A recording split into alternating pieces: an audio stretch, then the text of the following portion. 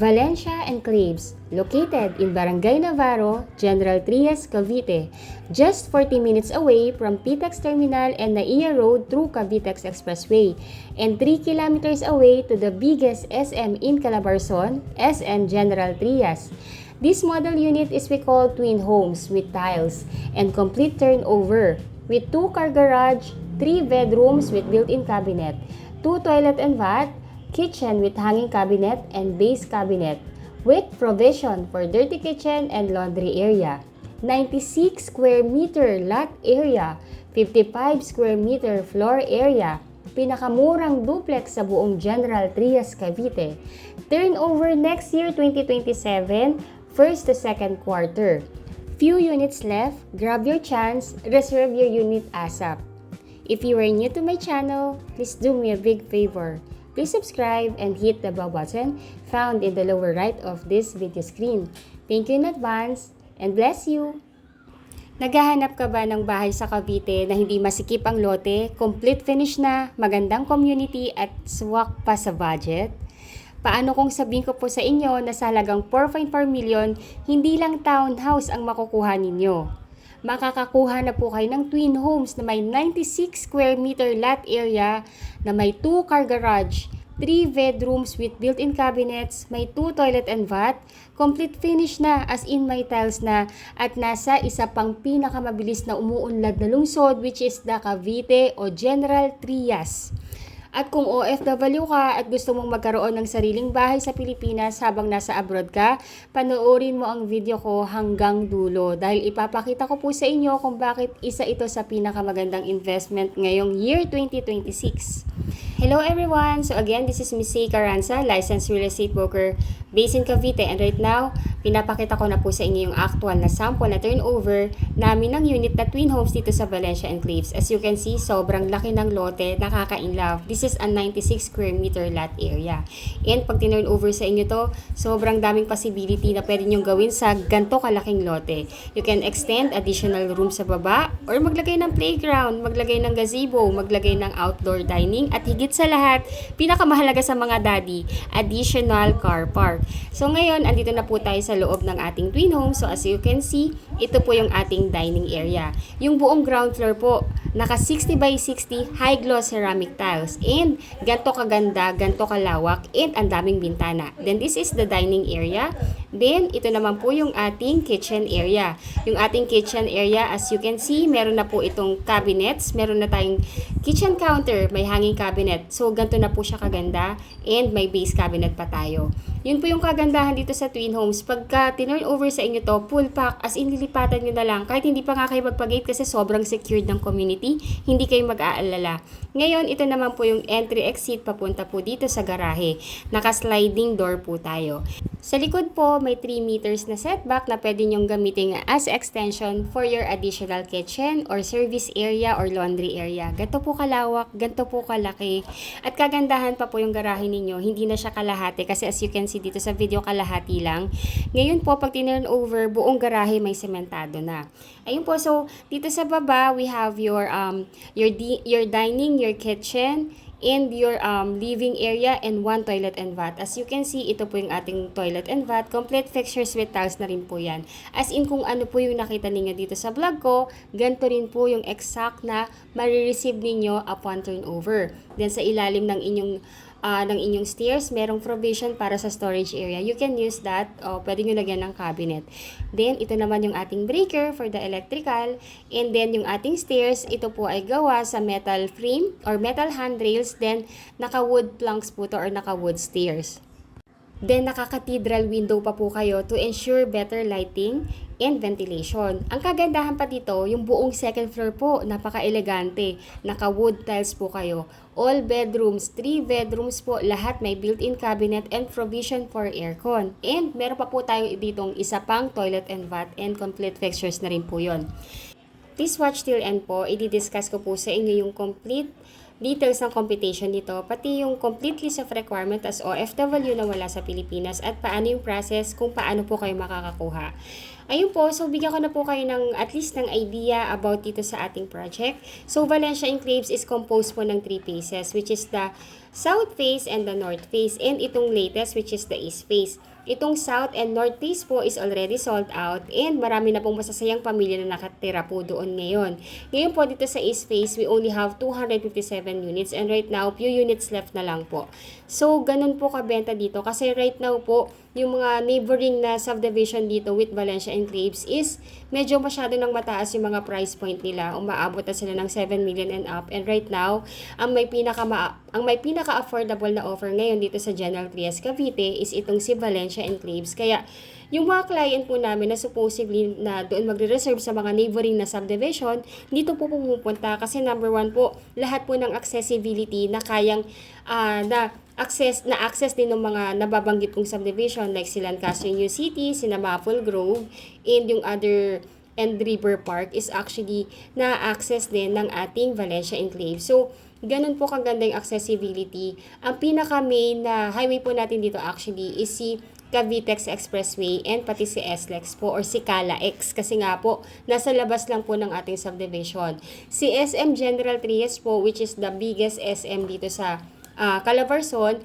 is around 3 kilometers lang. So meaning to say kung ganun po, kung nandito yung pinakamalaking SM sa Calabarzon, pati yung mga infrastructure na si Cavitex at CALA-X, meaning to say, the future is in Cavite. Kaya majority of our client, ang gustong-gusto nilang kuhanan ng bahay po, especially sa mga OFW, ang gusto nilang location is General Trias Cavite.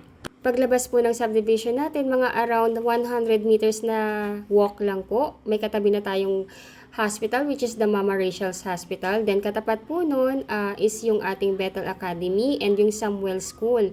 Then from there din po katapat lang din natin si Alpha Mart. Then mga around 5 minutes lang po nandun naman po tayo sa SM Hypermarket and Wet and Dry Market dito sa atin sa Barangay Navarro. So halos lahat kasi ng kailangan ng isang pamilya sa pang-araw-araw andito na po. Government school, private school, hospital, grocery, wet and dry market, even banking, malapit lang din po. Pati po yung, dahil nga katabi natin sa Lancaster New City, kung nakapag-research na rin kayo about them, meron na po ditong transport hub na pwede nating masakyan diretso papuntang PTEX Terminal. And from PTEX, meron po dong sakayan na rin papunta dito sa may Lancaster. And from nandun na kayo sa terminal hub ng Lancaster, magpahatid lang din po kayo sa mga e-bike po na na bumabiyahe. Sabihin nyo lang na ibaba po kayo sa pace ninyo dito sa Valencia Enclaves. Sobrang easy access po and mas maganda rin po kung meron din po kayong sariling service kasi mas ma-enjoy ninyo yung mga road networks natin na nandito. Kung OFW ka at gusto mong magkaroon ng sariling bahay dito sa Pilipinas habang nasa abroad ka, napakadali lang ng proseso. Hindi mo kailangang umuwi agad para makapagpa-reserve. Tutulungan kita mula reservation hanggang turnover. Iga-guide kita sa bawat hakbang ng proseso. Kung gusto mong makakuha ng unit na malapit sa gate o malapit sa amenities o sa pinakamagandang location, ngayon po ang tamang panahon para magpa-reserve habang meron ka pang mapagpipili ang magagandang location. I-message nyo lang po ako sa WhatsApp o sa Viber o sa aking Philippine mobile number na nakalagay sa video na to. Pwede nyo rin po akong i-add sa aking Facebook. Search nyo lang po Zay Caranza. Sa susunod nating video, ipapakita ko naman po ang kompletong computation, housing loan process, monthly amortization at step-by-step guide para sa mga OFW na gustong bumili ng bahay sa Valencia Enclaves East. Again, ako po si Ms. Zay Caranza. Maraming salamat po sa panonood. God bless, stay safe at magkita-kita po tayo sa aking susunod na property tour. Again, if you are new to my channel, please do me a big favor. Please subscribe and hit the bell button found in the lower right of this video screen. Thank you in advance. Elan Vital's new project in General Trias is an enclave of quaint residential twin homes located in Barangay Navarro. A 30-minute drive from Parañaque Integrated Terminal Exchange, Valencia is offering easy access to and from Metro Manila via Rojas Boulevard and Cavitex. To get there, start driving via Rojas Boulevard and enter straight to Cavitex.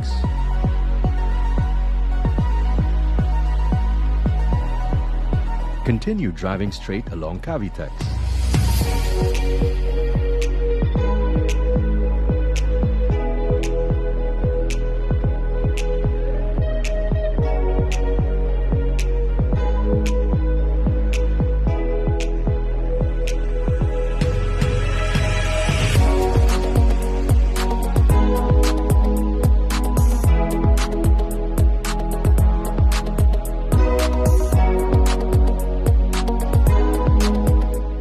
Binakayan Kawit Toll Plaza, stay on your left. Merge and continue driving straight to reach the Tirona Highway Junction. Cross the junction and drive straight to Antero Soriano Highway. The Cavite Economic Zone can be found along Antero Soriano Highway. Continue driving straight until you reach Robinson's Place, General Trias.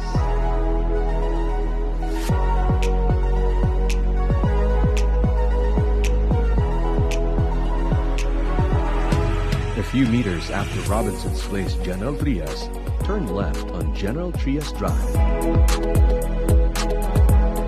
Continue driving straight onto Arnaldo Highway. Make a left on F. Manalo Street.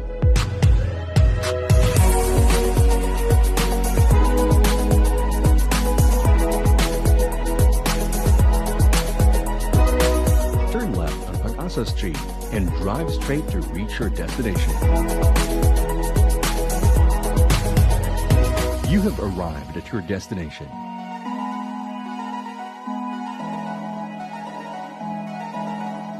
Valencia offers convenience of urban living with easy access to the metro. Everything you need is within a few minutes' drive, giving you a home that makes you enjoy your active lifestyle.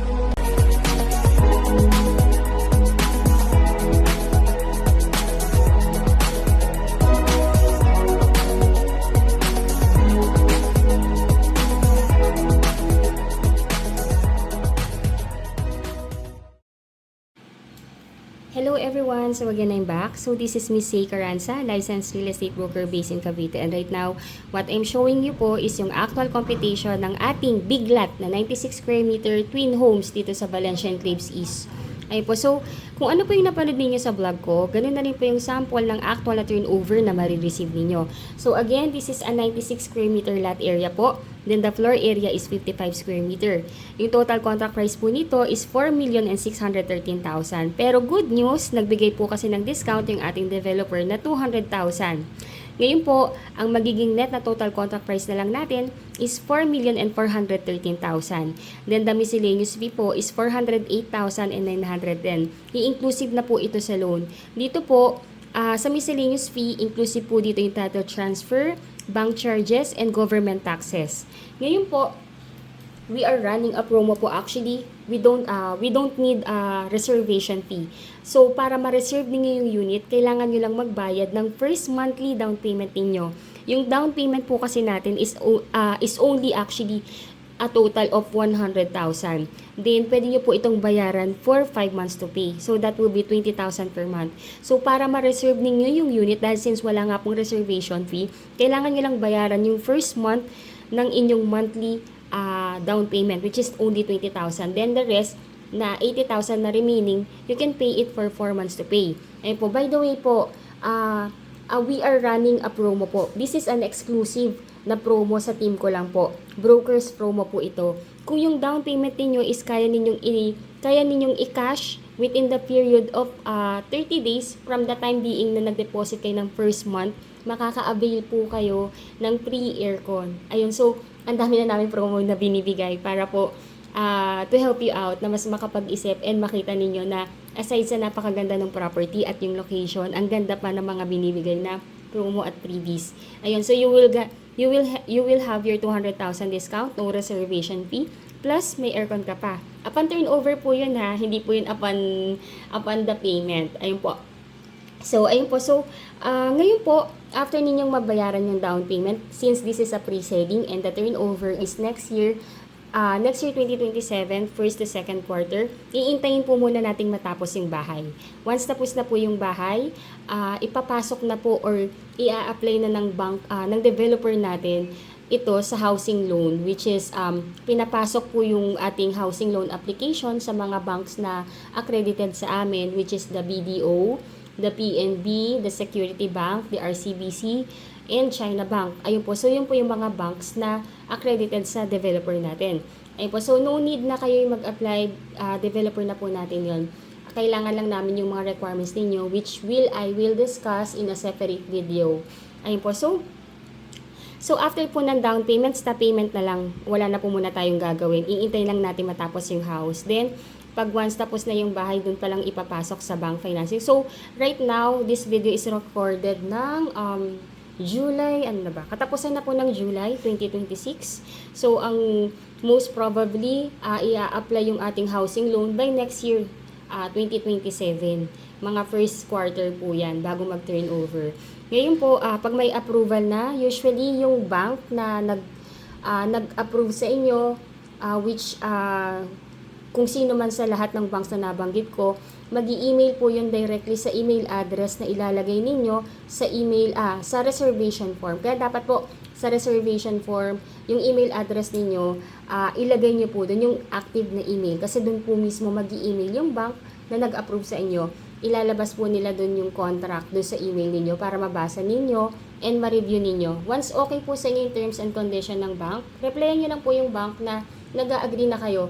Para ang gagawin po ng bank is mag-i-schedule na siya for the housing loan contract signing. If ever na OFW kayo at wala sa Pilipinas, and yun po hindi kayo available para makapirma nun, ang gagawin po kung sino yung tinalagani yung representative or SPA, siya yung pipirma in behalf ninyo. Ayun po. So, ayun po, once nakapag loan contract signing na kayo or yung inyong representative dito sa Pilipinas, doon pa lang po mag-i-start yung inyong monthly amortization. So, you have your options for the monthly amortization. Conforme rin po ito sa edad ninyo tsaka sa salary. Ngayon po, yung maximum term natin is 25 years to pay, which is 36,443.70 centavos. Then yung required income po na dapat nalalabas dun sa Certificate of Employment or job contract, and payslip niyo is nag-gross kayo ng 121,474 pesos. Ayun po, if ever lang po na hindi po kayang i-declare na ito yung gross na kinikita sa COE or sa job contract and payslip, pwede po kayong magtalaga ng inyong co-borrower. Pwedeng immediate family member like asawa, anak, or kapatid, or magulang, as long as they are working too. Kasi po, hihingan din sila ng mga job documents. Ayun po, kung ayaw naman po ng 25 years, we have our short terms, which is we have 20 years, may 25 years, may 10 years, and meron din tayong 5 years to pay. Ayun po.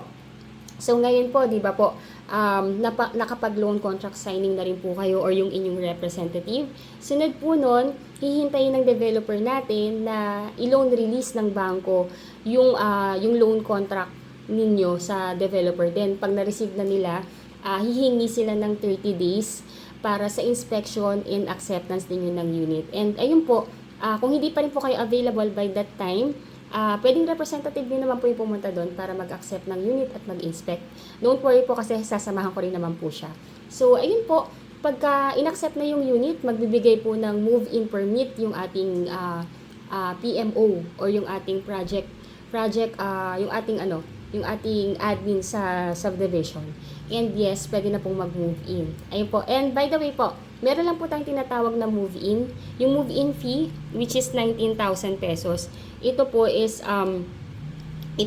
para sa application ninyo ng Meralco and water bill.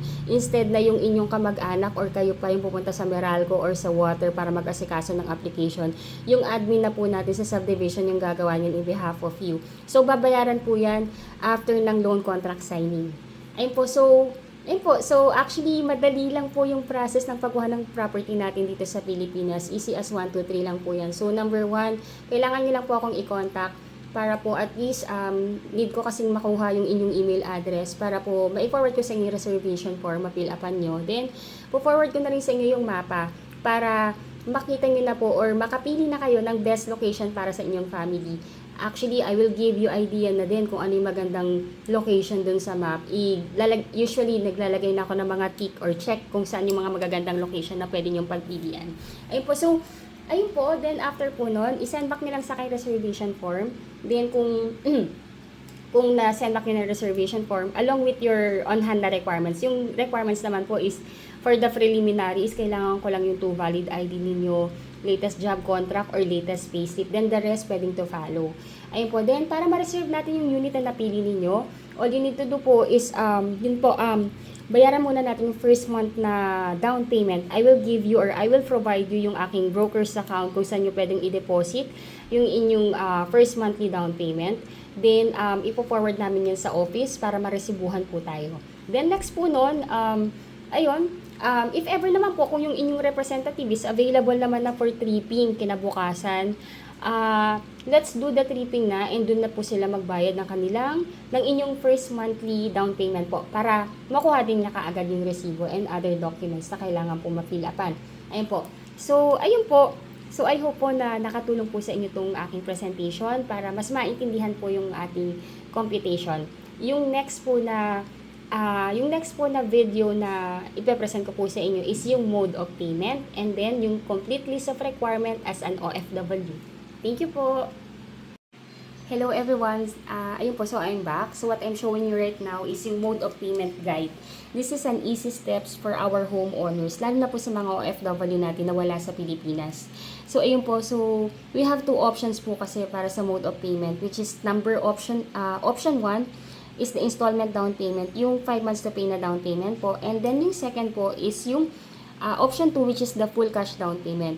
So let's discuss po muna yung option 1, which is the installment down payment, yung 5 months to pay. So number 1, first po, reserve your unit. Because we don't have reservation fee promo, yung first cash out ninyo na 20,000, which will serve as first monthly down payment. Ito po yung, kumbaga, yung magiging reservation doon sa unit nyo. Papasok na yung diretso dun sa first monthly down payment. So, ayun po. Ngayon po, di ba po nakapagbayad na kayo ng first down payment? Sunod po niyan, papipiliin namin kayo ng aming cut-off date kung kailan yung gusto nyong due date. So yun po, after paying your first 20,000, you may choose your monthly down payment due date. Yung cut-off date po namin dito is every 7th of the month, every 14th of the month, and every 21st of the month. Yun po, so once you chosen, this will be your permanent due date until your down payment is fully paid. Ngayon po, kunyari, this is the sample payment po, sample payment schedule. Example, you reserve your unit on August 1 and you choose every 7th of the month as your due date. So, ito po yung magiging cut-off date natin. So, first down payment, papasok siya ng August 1, which is you have paid for 20,000 pesos. Pwede nyo po siyang i-cash or bank deposit. Ngayon po, yung second down payment, doon na siya papasok yung cut-off date, di ba? August 1. Sunod ang August is September. So, September 7, ito na po yung second monthly down payment niyo at yung napili ninyong cut-off date. So, yung amount is 20,000. Then, on the third month, ganun po, hanggang matapos yung full down payment niyo. So, every 7 po yung magiging cut-off. Ngayon po, ang mode of payment po para sa installment payment ng down payment is through post-dated check. Yung post-dated check po, ibig sabihin po niyan is checking account. Mag-open po kayo ng checking account in any bank of choice or kung saan kayo depositor or kung saan kayo malapit na bank. Kung wala po kayo sa Pilipinas, ang mag-open po ng checking account ay yung inyong SPA or yung inyong magiging representative. Ayun po, so magre-release siya ng 4 na cheque na katumbas ng 4 months to pay na remaining para sa total down payment ninyo. Ayun, so pakita ko po yung sample ng checking account or ng post-dated check natin para you have the idea kung anong itsura niya tsaka kung anong sinusulat. Ngayon po, ito po yung example ng checking ng cheque. Nakalagay na po dapat doon or isusulat na ninyo yung pangalan ng developer natin, which is the pay to order is Raymulan Lands Inc. Then yung total amount or yung exact amount ng inyong monthly down payment, which is 20,000 pesos. Then dapat nakalagay na rin po yung date kung anong buwan nyo, kung para saang buwan ba yung cheque na to. Then pipirmahan ninyo. Again po, magre-release po kayo ng 4 na cheque para sa 4 na remaining na buwan na inyong pagbabayaran. Dapat may mga details na po yon. Ayun po, so ngayon po, sunod po niyan, kung ayaw niyo naman po ng na mag-open na ng checking account and kaya niyo naman ng bayaran yung 100,000 or kaya niyo naman ng bayaran yung remaining na 80,000 within the 30 days na nag-reserve kayo ng unit, hindi nyo na kailangan mag-open ng checking account. Ang gagawin na lang ng developer natin is mag-generate po sila ng BRN or Buyer's Reference Number. Actually, this is a bank account din na i-open ng developer natin sa bangko nila na si Asia United Bank. Ngayon po, pagka may BRN na, doon nyo na po ide-deposit yung remaining balance na 80,000 or yung buong 100,000. Ayun po, so mas pinipili po ito ng mga kliyente namin kasi number one nga po, napaka short term lang naman nababayaran yung down payment kung 4 months to pay na lang naman yung remaining. Kaya yung iba po, mas pinipili na lang nilang i-cash instead of installment. And of course po kasi sayang naman po, ma-avail niyo pa yung aircon if ever na i-cash niyo po yung down payment. Ayun po, so I hope po na nagkaroon kayo ng kaliwanagan sa mode of payment natin kasi this video, ginagawa ko po talaga siyang thoroughly explain kasi nga po, number one, I know na ang ating mga kababayang OFW at yung mga busy nating manggagawa dito sa Pilipinas, they don't have all the time para makapag-usap-usap tayo. So as much as possible, hanggang kaya kong i-explain and talagang dinidetalye ko lahat. In-explain ko na lahat sa isang video para pwede nyo rin i-review. Ayun po, sunod naman pong i-explain ko sa inyo is yung complete list of requirements natin para you would have the idea kung ano yung mga dapat nating i-prepare sa housing loan application natin. Again po, yung housing loan application natin, hindi naman na kayong gagawa niyan. Yung ating developer na po. Kailangan lang po namin yung inyong complete documents para po mapa-approve natin. And again po, after ng down payment natin stop payment na po muna tayo. Iintayin na lang natin matapos yung bahay. Then pagtapos na, ipapa-approve na yan ng ating developers sa mga banks na naka-accredit sa atin. Ayun po. So, easy as 1, 2, 3 lang po yung pagkuha ng bahay natin. Fill up the reservation form, pay your first monthly down payment, or then the remaining balance na 80,000, you can pay it within 30 days para ma-avail niyo yung promo na free aircon. And then after po niyan, stop payment, wala nang babayaran. Tapos, hintayin na lang approval. Then pagka-approve na, magsasign lang ng contract. Pagka-sign ng contract, magsisecure na tayo ng date for the inspection sa developer. Then after nun, you can move in na. Ayun, easy as 1, 2, 3 lang po. Thank you so much po. Yung sunod po is yung complete list of requirements. I hope nakakatulong po sa inyo itong aking explanation kasi as much as possible, I really want to deliver everything na talagang detalyado. Thank you po! Hello everyone! So again, I'm back. So itong pinapakita ko naman po sa inyo ay yung complete list of requirement as an OFW buyer na nais pong bumili ng bahay dito sa atin sa Pilipinas. So this is a standard po actually. Lahat ng developer, ganito rin po ang proseso. So number 1, ang requirement po through online reservation, kailangan ko po munang makuha ang inyong email address. Kailangan ko po maisend sa inyo yung reservation form. Filled out reservation forms, 2 valid ID with 2 specimen signature, then yung compliance po ng other documents kung hindi po natin siya maibibigay after ninyo ma-fill upan yung documents or yung reservation form is within 15 to 20 days upon reservation po. So number 1, since OFW po kayo nawala sa Pilipinas, kailangan nyo lamang po magtalaga ng inyong magiging representative or SPA na siyang kakatawan sa inyo sa pagkuha ng bahay. Siya po ang ititripping namin at pipirma sa mga documents in behalf po ninyo. Pag na-fill upan nyo na po yung reservation form, sunod po nun, ipo-forward ko na po sa inyo yung mapa ng unit na pagpipilian po ninyo. Then after po nun, isend back nyo po sa amin along with your requirements or your on-hand requirement para po ma-evaluate namin. Then sunod po nun, bibigyan ko na po kayo ng go signal na pwede na po kayong mag-deposit ng inyong reservation fee or yung inyong pang first monthly down payment sa bahay na kukunin po ninyo. Ayun po. So, ngayon po, yung inyong magiging representative, pwede po siyang, dapat po ay immediate family member. Like asawa, o anak, o kapatid, o magulang, o pinsan, o pamangkin, or in-laws po ninyo kung kayo po ay married na. As long as kaipilido nyo pa po or ng inyong asawa na nag-iedad po sana ng 21 up to 60 years old. Hindi po allowed ang kaibigan, hindi rin po allowed ang broker. Ayun po, so hindi rin po kami kasama doon. Ngayon po, ang inyong magiging requirements as an OFW na nasa ibang bansa, kailangan po namin ng inyong 2 valid ID with 3 specimen signature. Husband and wife if married po kayo. Marriage certificate if married. Birth certificate plus Senomar if single. Number 3, 1x1 ID picture or ano na lang po, mag-selfie lang po kayo with white background. Husband and wife if married po kayo. Number 4, TIN ID, husband and wife if married. Itong TIN ID po is napaka-essential po kasi po gagamitin po ito para sa pagpapa-annotate ng inyong titulo. Kung wala pa po kayong TIN ID or TIN number lang ang meron, pwede na rin po yun. Pero if you have your TIN ID, mas better po. If ever po na wala po kayong TIN ID pa, pwede pong papuntahin yung inyong representative sa pinakamalapit na BIR branch para makuhanan po kayo ng inyong TIN ID. Ay po, or pwede rin po kayong mag-register sa BIR via online. I-search nyo lang po yung ORUS, then fill upan nyo lang po yung information na needed doon. Then si BIR or ORUS, magsasend po yun sa email ninyo ng inyong magiging PIN number na ibibigay nyo naman po sa amin para po ma-file as part of your requirements. The number 5, latest job contract or latest COE with compensation. Husband and wife po, ipares po kayong nag-work. The number 6, latest 3 months payslip.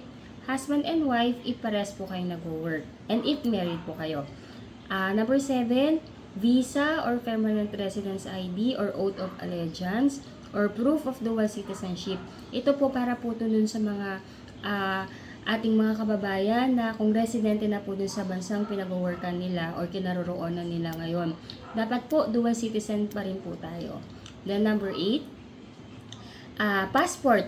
Yung passport po ninyo, then scan nyo lang po yon, then pirmahan nyo po or lagay nyo ng 3 specimen signature dun sa print out.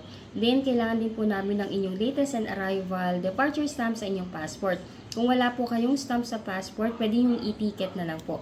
The number 9 is SPA form or Special Power of Attorney form. Ito po ay mandatory requirements, isang katunayan or legal documents na nagsasabi na wala kayo sa Pilipinas at ino-authorize niyo po yung inyong magiging representative dito sa Pilipinas na kumatawan po sa inyo sa pagkuha ng bahay. Yung SPA form po, i-email ko po yan sa inyo kasabay ng reservation form para ma-fill upan nyo po. Then, signaturean nyo po ito. Then, dalhin nyo po sa pinakamalapit na Philippine Embassy kung saang bansa po kayo ngayon naroon para maipakonsularize ninyo. Pag napakonsularize na po, ipadala nyo po ito sa inyong magiging representative or SPA dito sa Pilipinas para mapirmahan din po niya. Once na pirmahan na po niya, pwede na po niya yung dalhin sa amin, sa opisina namin sa Valencia Enclaves or sa Estancia Enclaves, or kung busy man po siya, pwede naman po niyang ipa-LBC or ipa-Lala Move delivery na lang po. Ayun po. So, we have clients po pala na medyo nahihirapan daw pumunta sa Philippine Embassy kasi nga po, number 1 daw masyadong malayo, or maybe because busy or hindi lang talaga makakuha ng pagkakataon para makapagpa-consularize. If ever na isa po kayo sa mga kliyente namin na may ganong scenario po, please let us know po. Tingnan po natin kung ano po yung pwede nating gawing paraan o solusyon dito sa Pilipinas. Just let us know kung ano po yung scenario o kung ano man po yung reason kung bakit hindi tayo makakapagpa-SPA. Ayun po. Then, yung requirements naman po ng inyong magiging representative, kailangan po namin ng kanyang 2 valid ID with 3 specimen signature. Number 2, latest POB or proof of billing like Meralco or water bill or internet bill na nakapangalan po sa kanya. Pero, kung meron po kayong proof of billing na nakapangalan sa inyo or sa inyong spouse, pwede nyo na lang po yung gamitin. Pero if ever na wala pong nakapangalan sa inyo at sa inyong representative, mag-attach na lang po siya ng barangay certificate na nagsasaad na doon po siya nakatira sa billing na na-declare po natin o pinorward sa amin sa opisina. Ayun po. So, ayun po. So, ito po yung complete list of requirement as an OFW na nais mong kumuha ng kanilang pangarap na bahay dito sa atin sa Valencia Enclaves. Sunod na ipapresent ko naman po sa inyo is yung mode of payment po. Para po alam nyo na po kung paano natin babayaran yung bahay na nakuha natin. Thank you po! At dito na po nagtatapos ang ating property tour ng Valencia Enclaves East. Sana ay nakatulong ang video na ito para mas makilala ninyo ang isa sa pinakamagandang investment at future home para sa inyong pamilya. Pre-selling pa lamang po ang Valencia Enclaves East, kaya ito yung pinakamagandang panahon para magpa-reserve habang marami pang available na premium location. Yung malapit po sa gate, yung malapit sa amenities, at yung sa pinakamagandang blocks ng subdivision. Huwag po nating hintayin maubos yung best location, lalo na kung ito naman na yung pangarap ng bahay. Message na po ako ngayon at tutulungan ko po kayong makuha ang unit na pinakabagay para sa inyong pamilya. At isa lang po ang paalala ko bago tayo magtapos, Ang pagbili ng bahay ay isa sa pinakamalaking investment sa buhay. Para sa inyong seguridad at peace of mind, siguraduhing licensed real estate broker ang inyong kausap. Huwag basta-basta magtitiwala sa kahit kanino. Piliin ang profesional na sumusunod sa ating resalo dahil ang pangarap ninyong bahay ay nararapat sa tamang gabay. Again, I'm Ms. Sei Carranza, licensed real estate broker, proudly helping Filipino families, especially our OFW, to turn their dream home into reality. Maraming salamat po sa panonood. God bless, stay safe, at magkita-kita po tayong muli sa susunod nating property tour.